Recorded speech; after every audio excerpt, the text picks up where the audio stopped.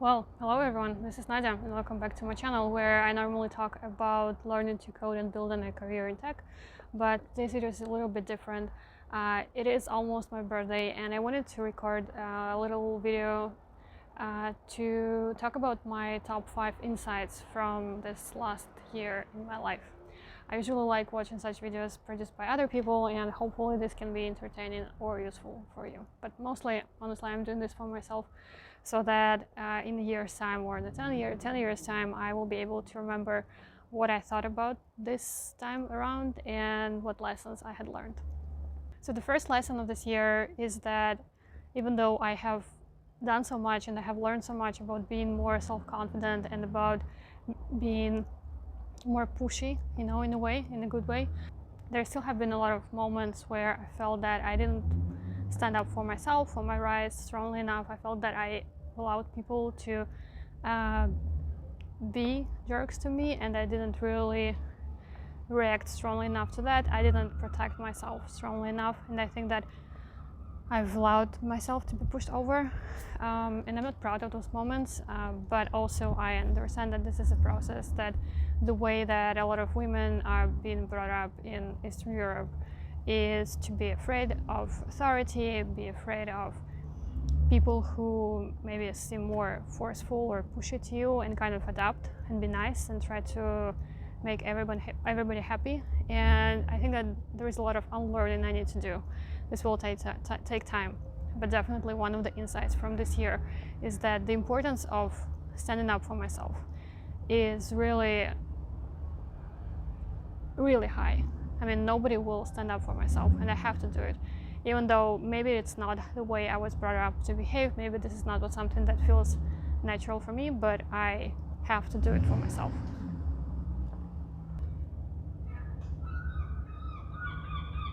Another insight from this year, which is pretty dark but also kind of liberating, is that in the face of death, all of our fears, all of my fears, they seem really ridiculous.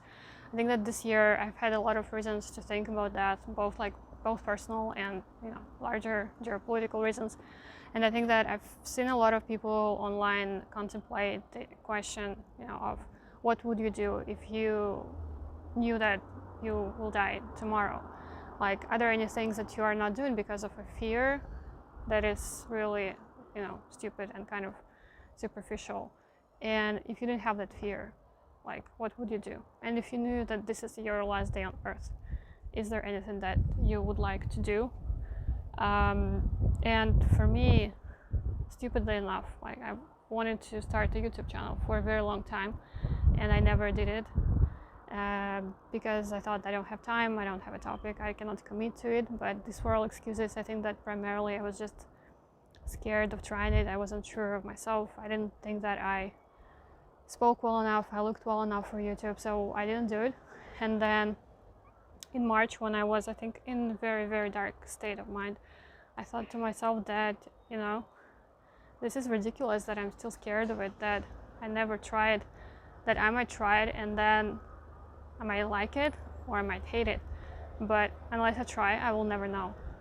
And for some reason, it was much easier for me to face that fear and to just move against it and to just try. And, of course, I'm very glad that I did. Another insight is related to luck. Naval says that there are 3 kinds of luck, and one is the one that we all know, it's just stuff that happens. And then the second one is the one that I've been thinking a lot about this year, is the luck that you create for yourself by just trying and doing a lot of things. So the idea is that you need to try and do a lot of stuff, and the stuff that seems pretty random, you don't know why you're doing it, and but you still do it, and then all of a sudden you have increased the surface area of your luck, and things will happen to you, and things have happened to me, some pretty incredible things, and hopefully I will be able to share some of them in the future. And connected to the previous insight, like, a lot of those opportunities and just kind of lucky breaks, they came from me just starting this YouTube channel. And when I started, I didn't know what would happen. Like, I didn't know who will see this video. I have no idea who is watching this video, but maybe, probably, likely, somebody who's watching this video will take something valuable from it. Maybe somebody will think that, we can work together, cooperate. Maybe some new opportunities for collaborations will come of it, or maybe the city will just make someone's day better. So, but if you don't try it, you will never know. Another insight from this year is just how important personal freedom is for me, and it comes to both economical freedom, financial freedom, political freedom, freedom to live wherever I want, freedom to do whatever I want, and kind of not being dependent on one person, on one entity, one employer, one government for that matter, for my own success and my own well-being. I think that I always knew that freedom is important, but I think that in a certain way, moving to the United Kingdom limited my freedom in certain senses, and I think that it helped me really understand how important this is. So this realization helped me, inspired me to educate myself more about financial freedom, learn more about investing, start investing more, look for ways to become financially free and kind of have multiple income streams in the future, build my personal brand, and a lot of those things that I've been doing this last year. I think that I didn't fully understand like what was the drive behind them, and people were a little bit surprised, I think, to see that I was doing so much stuff and I was working so much. But I think that my internal drive to not be in a situation where I am not, fully free and independent, I think it drove me to work really hard towards that. And I'm grateful for this year that it showed me what my fundamental value is, and that I should not ignore it, and I should never ignore it.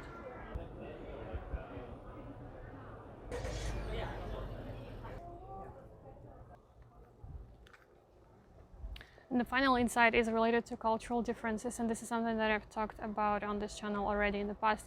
But since this was the first year when I had an opportunity to live in a very diverse city such as London, I think that this was the first time that I had to interact with so many new cultures at work.